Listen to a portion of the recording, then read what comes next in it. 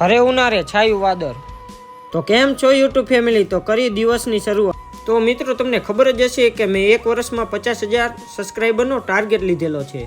એક વર્ષમાં આવે 365 દી, તો એ 365 દી હું મિની બ્લોગ બનાવીશ અને તેમાં ઘણું બધું જાણવા જેવું અને ઘણું બધું શીખવા જેવું પણ હશે। એક વર્ષનો છે આ બીજો દિવસ।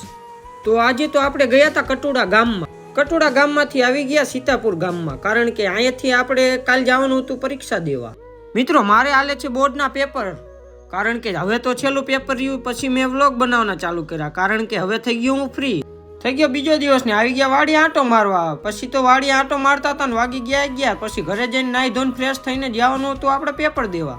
આપણે આવ્યા હતા કંદોની દુકાને લાડવા લેવા, પણ અહીંયા તો બધા લૂડો રમતા હતા। પછી આ છે એની દુકાને બેઠા ઘડીક ને લૂડો પૂરો થયો, પછી નીકળી ગયા આપણે પેપર દેવા માટે। પેપર દેવાનું હતું આપણે મોટી માલવાણ।